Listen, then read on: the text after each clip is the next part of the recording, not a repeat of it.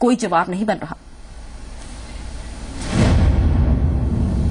आपके केंद्रीय मंत्री राजीव शुक्ला जी के खिलाफ भी आरोप लग रहे हैं। मुंबई में एक जमीन थी, स्कूल की जमीन, मालूम एजुकेशन सोसाइटी के नाम पे अगर उनको अलॉट हुई है तो जब तक कि अगर अलॉटमेंट का जो प्रक्रिया है वो प्रक्रिया स्वाभाविक जो प्रक्रिया होगी उसके तहत किया गया है। जब वो खुद कह रहे हैं कि कहीं वो वापस करने को तैयार हैं तो फिर उस मसले को उठाना उचित नहीं होगा।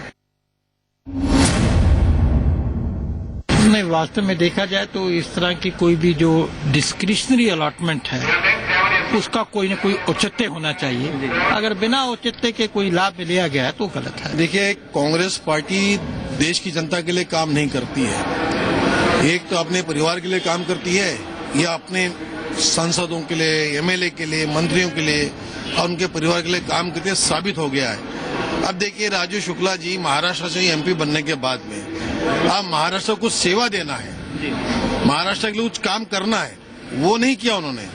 सबसे पहले क्या काम किया तो 100 करोड़ की भूमि उन्होंने कुछ 1 लाख रुपए के से भी कम लागत में अपने संस्था के नाम से कर ली है। कुछ गलत हुआ है तो उसकी जांच भी होनी चाहिए और उसको कैंसिल भी होना चाहिए। ये जो जमीनों के आवंटन होते हैं जो राजनीतिक दृष्टि से होते हैं वो सब गलत है। प्रोसेस से जो भी होना है वो प्रोसेस से, ठीक प्रोसेस से होना चाहिए। देखिए, ये कांग्रेस सरकार ने जैसे देश को लूटा है, ये लुटेरों की सरकार है। आप एक इंसान की बात कर रहे हैं, मैं पंजाब में आपको बताऊं जो कांग्रेस के अध्यक्ष बने हैं उन्होंने शामलाट जमीन जो पंचायती जमीन है उसको लूट के 1 लाख की खरीददारी दिखा के करोड़ों रुपए में खरीद ली, जो पंचायती जमीन कोई खरीद नहीं सकता। तो ये कांग्रेस के जहां पे नेता बैठे हैं इन्होंने ऐसी लूट मचा के आज देश में जो भ्रष्टाचार की हदें पार करी हैं। इस मामले में फिर प्रोब होना चाहिए। किसी तरह का भी कोई भी कानून के बाहर काम होता है तो उस पर तो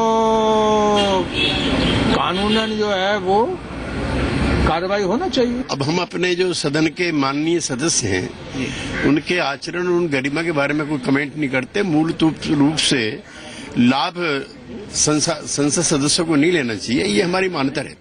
महाराष्ट्र में राजीव शुक्ला जी के नाम पर आप क्या कहेंगे, क्योंकि आज खुलासा हुआ है सारे दस्तावेज महाराष्ट्र। बहुत गंभीर मामला है, इसकी जांच होनी चाहिए।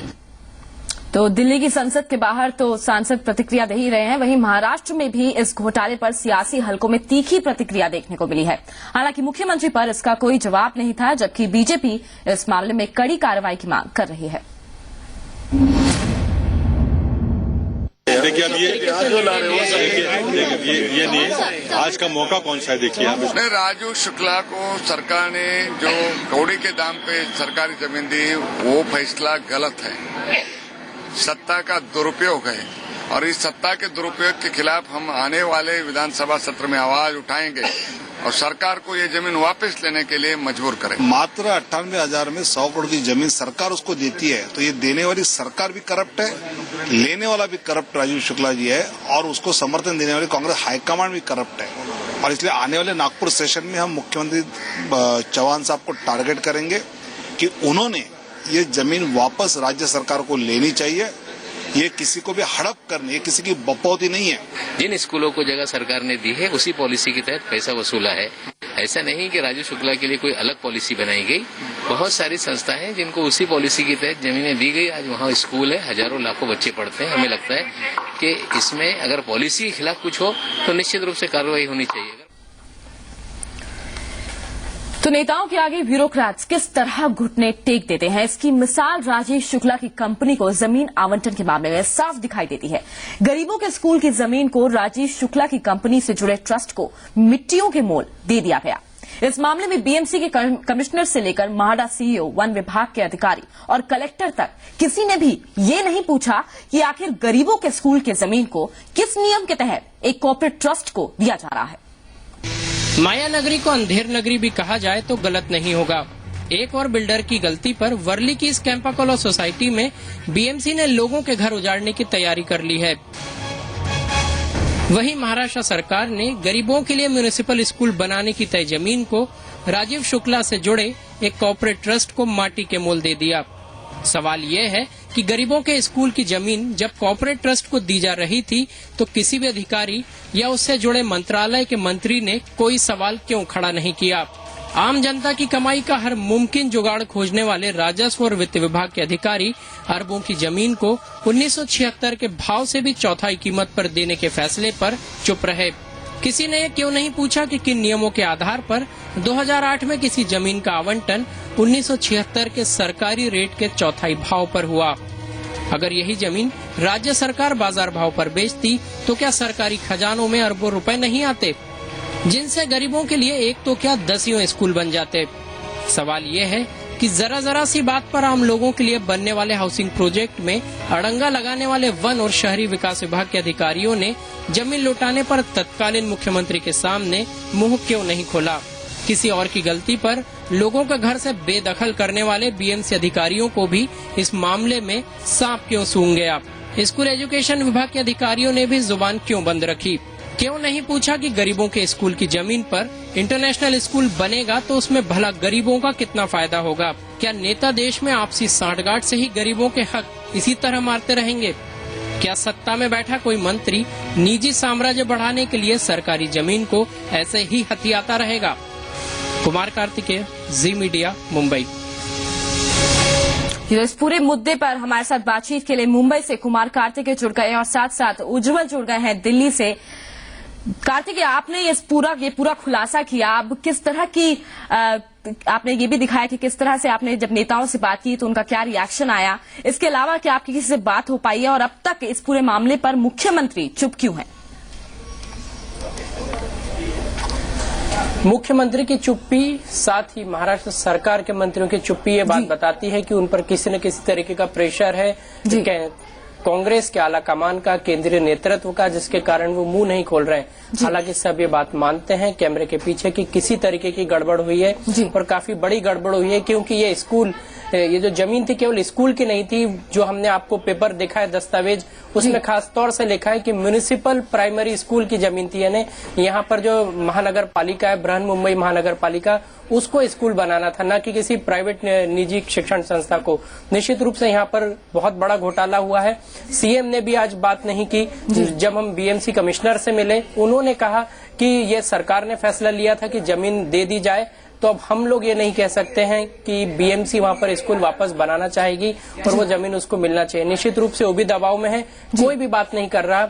यहाँ तक कि मामले पर को ठंडा करने के लिए हम आपको बताएंगे दस्तावेज, जिसमें यह है कि जो फाइलें हैं वो बता दिया गया है कि वो फाइलें जल चुकी हैं। जो मंत्रालय में आग लगी थी महाराष्ट्र के, ये बताया गया है कि उसमें आग के कारण वो फाइलें जल चुकी हैं और उन फाइलों को अब किसी भी तरीके से हासिल नहीं किया जा सकता। निश्चित रूप से विपक्ष ये मांग कर रहा है कि इस बात की पूरी तरीके से जांच की जाए। पूरी तरीके से देखना होगा किस तरीके से महाराष्ट्र सरकार अब एक्शन लेगी। जी कुमार, आप बने रहिए हमारे साथ। चलते उज्जवल के पास। उज्जवल, जिस तरह से अब सांसदों की आज भी प्रतिक्रिया आई है, आपको लगता है कि बीजेपी इस मुद्दे को पूरी तरह से उठाएगी अब संसद में?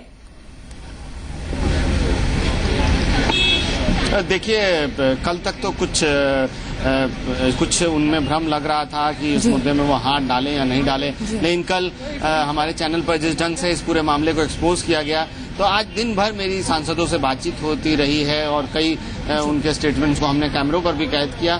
तो अब कई क्वार्टर से बीजेपी की ओर से, शिवसेना की ओर से, कई दूसरे विपक्षी दलों की ओर से ऐसे स्वर आने लगे हैं जिसमें कि उनका कहना है कि जांच होनी चाहिए इस मामले की। और राजीव शुक्ला जो फिलहाल कह रहे हैं कि हमारी ट्रस्ट जमीन वापस करने के लिए तैयार है, हमने चिट्ठी लिख दी है, लेकिन इससे मामला खत्म नहीं होता, क्योंकि किन नियमों का उल्लंघन करके घोटाला किया गया उसकी जांच होना जरूरी है। जमीन वापस कर देने से सिर्फ जो है ये घोटाला खत्म नहीं होता। तो हम आगे आने वाले दिनों में देखेंगे कि इस मामले पर जांच के लिए सभी पक्षों से, सभी तरफ से दबाव और बढ़ेगा। महाराष्ट्र सरकार पर बढ़ेगा, केंद्र सरकार पर बढ़ेगा। यकीन। तो आप भी बने रहिए हमारे साथ। तो किस तरह से करोड़ों की जमीन को कौड़ियों के भाव दे दिया गया, इसमें कोई घोटाला नजर आता है क्या? ये सवाल आपसे पूछना चाहूंगी। किरीट सोमेविया अभी भी हमारे साथ बने हुए हैं। किरीट, आपसे जानना चाहूंगी, जिस तरह से इतना बड़ा घोटाला सामने आया है, क्या आपको लगता है कि किस तरह से ये एक तरह से एक पूरा स्कैम है जो कि किसी कांग्रेस के नेता ने अपना रुतबा, अपना रौब इस्तेमाल करके ये जमीन हासिल की है? सबसे पहली बात यह है कि मुख्यमंत्री जी को मैंने जब खत लिखा, उसने लिखा जी कि राजीव शुक्ला की जो कागज पर संस्था है उसमें आपने जमीन दे दी जी। कोई आपकी फाइल में कोई डॉक्यूमेंट नहीं है। ये संस्था कब पैदा हुई, कितने साल से काम कर रही है, क्या क्या काम कर रही है, उसके आर्थिक दूसरे अनुभव, क्षमता और आगे क्या करने वाली, प्रोजेक्ट रिपोर्ट क्या है। सरकार का नियम है कि अगर कोई भी इस प्रकार की जमीन किसी को दी जाती है तो वो सभी संस्थाओं से एप्लीकेशन मंगाते हैं जी। तो हुआ क्या, मजेदार किस्सा ये हुआ कि सरकार ने ये तो जवाब नहीं दिया, लेकिन मैंने सूचना व अधिकार में जो एप्लीकेशन की थी जी, वो 3 दिन से रखड़ा रहे थे मुझे, पेपर है नहीं है, वहां है, फाइल वहां रखी है, उसके पास है, उसके अधिकारी के पास जी। आज मैं जब वो फाइल नोटिंग देखने गया सुबह 12 बजे महाराष्ट्र के राजस्व विभाग में, मंत्रालय में जी, तब मुझे 12 बजे जो अंडर सेक्रेटरी थे उन्होंने अधिकृत तौर पर कहा, साहब ये फाइल मंत्रालय की आग में जल गई है, हमारे पास कोई भी पेपर नहीं है जी। इसी का अर्थ हुआ कि घोटाला ये पक्का घोटाला है जी। तो आपके मुताबिक ये पक्का घोटाला है, लेकिन दूसरी तरफ राजीव शुक्ला ये साफ साफ कह रहे हैं कि हम अगर कोई भी जमीन गलत तरीके से ली गई है तो हम वापस करने के लिए तैयार हैं। तो क्या आप इस जवाब से संतुष्ट हैं, सरकार के जवाब से संतुष्ट हैं आप पूरी तरह से? ऐसे है ना, 3 दिन वो हमें कह रहे थे फाइल उस अधिकारी के पास है, वहां पर है, फला जगह पर है जी। फिर कल कहने लगे कि फाइल मिल नहीं रही है। आज मैं जब स्वयं पहुंचता तो मुझे कह रहे आग में जल गई। इसका अर्थ ये हो गया कि फाइल जली है कि नहीं ये किसी को पता नहीं है, ये तो एक बहाना है। मैंने उनको कहा फाइल जली है तो उसकी FIR का है जी, और मुख्यमंत्री ने तो घोषित किया जी कि सभी फाइलें वापस बना ली गई है और हमारे पास अभी सभी रिकॉर्ड्स है जी।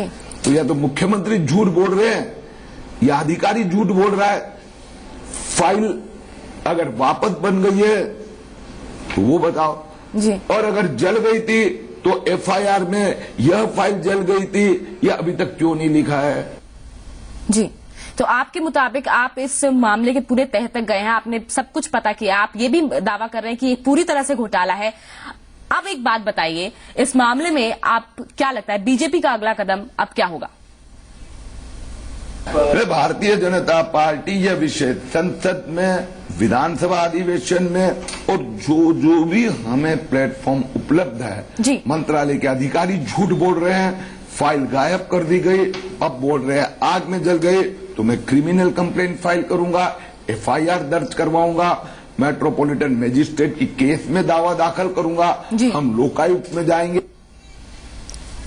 जी, आप बने रहिए किरीट हमारे साथ। अब वापस चलते हैं कुमार कार्तिकेय और उज्जवल नारायण के पास। सबसे पहले सवाल आपसे कुमार, जिस तरह से आपने पूरा मुद्दा, ये पूरा खुलासा किया है, आपके मुताबिक अब बीजेपी का अगला कदम क्या होगा? साथ साथ जो ये पूरा मामला सामने आया है, इसमें जब सांसदों की प्रतिक्रिया आई है, अब जो ये भी कहा जा रहा है कि फाइलें जो हैं वो दबा दी गई हैं, आपके मुताबिक जो फाइलें जो दबा दी गई हैं, क्या इनसे कुछ सामने आने वाला था? कुछ सामने क्या क्या चीजें सामने आ सकती थी? कौन कौन से डॉक्यूमेंट्स हैं जो दबा दिए गए हैं आपके मुताबिक?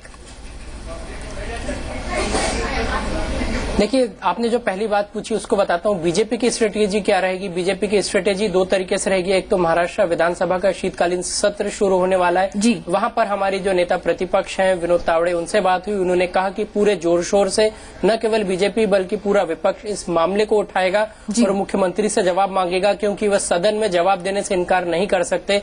अभी जी बिजनेस ने और कई जगहों पर जो हमने बात की तो मुख्यमंत्री ने कोई जवाब नहीं दिया, लेकिन जब विधानसभा में बात पूछी जाएगी तो उन्हें जवाब देना होगा कि क्या घोटाला था, किस तरीके का घोटाला था। इसके साथ ही जो महाराष्ट्र बीजेपी के कुछ नेता हैं वो दिल्ली गए थे पिछले 2